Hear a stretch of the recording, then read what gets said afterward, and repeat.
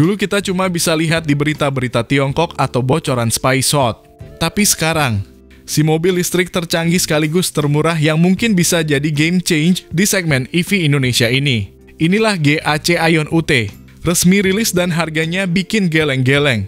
Jujur di atas kertas spesifikasinya itu udah kayak mobil-mobil mahal. Jarak tempuh 500 km untuk varian premium. Teknologi baterai magazine yang diklaim paling aman. Sampai fitur ADAS yang udah lengkap. Pertanyaannya dengan price tag yang agresif banget, apakah Aion UT ini beneran worth it dan bisa bikin panik pabrikan Jepang yang selama ini main aman di segmen hatchback? Ini adalah hatchback bergaya futuristis yang datang langsung dari Tiongkok dengan janji manis, desain nyentrik, fitur segudang, dan yang paling menggoda. Harga yang katanya bisa mulai dari 200 jutaan. GAC Aion udah kasih sinyal serius di Indonesia lewat pabrik rakitan CKD bareng Indomobil. Dan UT ini kemungkinan bakal jadi penantang baru Wuling Bingwo dan BYD Dolphin di tanah air. Secara tampilan, Aion UT ini bisa dibilang hatchback rasa spaceship dengan lampu tajam, bodinya kekar ala mobil konsep yang nyasar ke jalanan. Tapi jangan salah, teknologi di dalamnya juga nggak main-main, ada selengkap yang biasanya baru nongol di mobil 500 jutaan. Jadi kalau mobil ini benar dijual mulai 200 jutaan, siap-siap deh pasar EV entry level bakal diacak-acak habis sama si UT ini. Lalu bagaimana first impression-nya? Berikut ulasannya dari kami.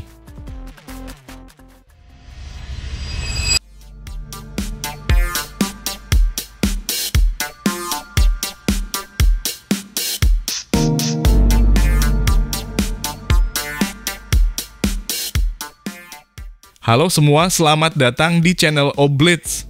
Soal desain, Aion UT ini langsung tampil beda. Mukanya clean khas mobil listrik, tapi nggak polos-polos amat. Ada guratan-guratan tajam di kap mesin dan desain bumper yang futuristik.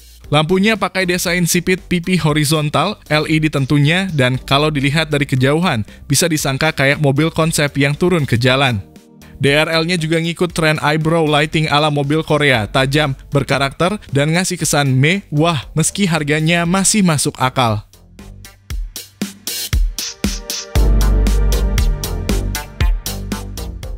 Geser ke samping baru kelihatan kalau Aion UT ini punya siluet yang manis dan proporsional. Garis bahunya tegas dari lampu depan sampai lampu belakang, nambah kesan dinamis. Pilar C agak tebal, tapi jendela belakang dikasih aksen hitam biar nggak kelihatan buntu. Velgnya pakai model two-tone dengan desain ala turbin, kelihatan sporty dan modern, ukurannya 17 inci, cukup gagah buat mobil sekecil ini.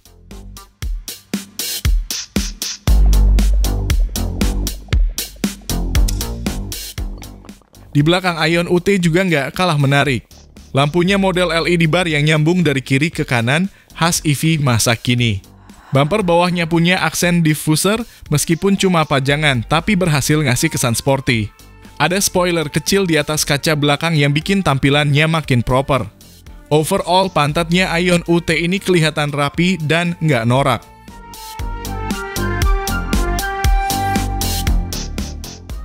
Soal tenaga, Aion UT ditawarkan dalam dua varian motor. 100 kW alias 134 horsepower dan 150 kW alias 201 horsepower tergantung varian baterainya. Untuk ukuran city car, tenaga segini udah bisa bikin senyum-senyum sendiri tiap ngegas. Torsinya instan khas EV dan akselerasinya gesit di jalanan kota. Jarak tempuhnya juga lumayan, sekitar 400-500 km tergantung kapasitas baterai.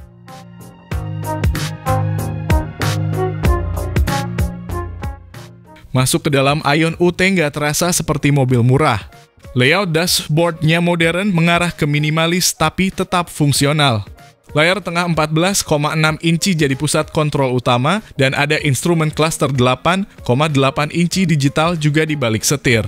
Setirnya flat bottom, desainnya mirip mobil Eropa, dan semua tombol-tombol penting udah digital. Materialnya belum premium banget, tapi jauh dari kata murahan.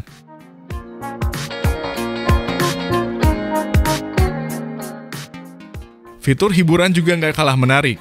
Sudah ada wireless Apple CarPlay dan Android Auto, wireless charging 500 watt, speaker 6 titik, hingga panoramic roof buat nambah kesan lega. Joknya ergonomis dan ruang kaki maupun kepala di baris kedua tergolong lega untuk mobil segmen ini. Jadi meski mungil, kabinnya nggak sempit-sempit amat. Di sektor keamanan, Aion UT sudah dipersenjatai ADAS level 2. Ada adaptive cruise control, lane keep assist, auto emergency braking, bahkan front collision warning. Sensor dan kameranya juga lengkap. Buat mobil di bawah 300 jutaan, ini sudah tergolong sangat impresif. Sistem pengeremannya pakai ABS plus EBD dan airbag lebih dari 2 sesuai standar mobil modern.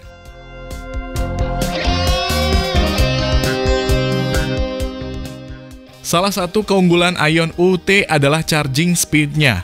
Dengan diisi fast charging, pengisian dari 30 ke 80% cuma butuh waktu sekitar 24 menit. Portnya pakai standar CCS2, dan untuk charging di rumah, Aion juga menyediakan wallbox opsional.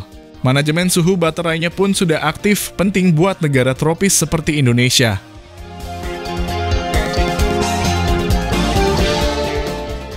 Banyak reviewer luar yang udah nyoba Aion UT bilang kalau mobil ini punya karakter handling yang ringan tapi tetap stabil.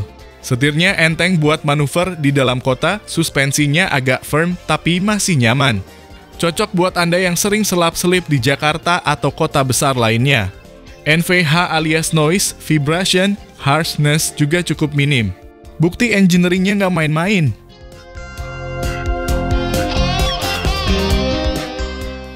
Nah, ini yang jadi senjata utama, harga. Belum resmi diumumkan, tapi diperkirakan mulai dari 220 sampai 300 jutaan, tergantung varian. Kalau benar segitu, Aion UT bakal jadi pesaing langsung BYD Dolphin, Wuling Bingwo, sampai MG4 EV varian bawah.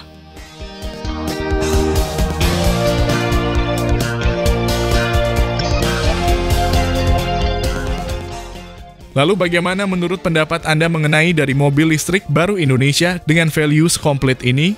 Apakah Aion UT berpotensi jadi EV paling worth it tahun ini? Mohon sampaikan di kolom komentar.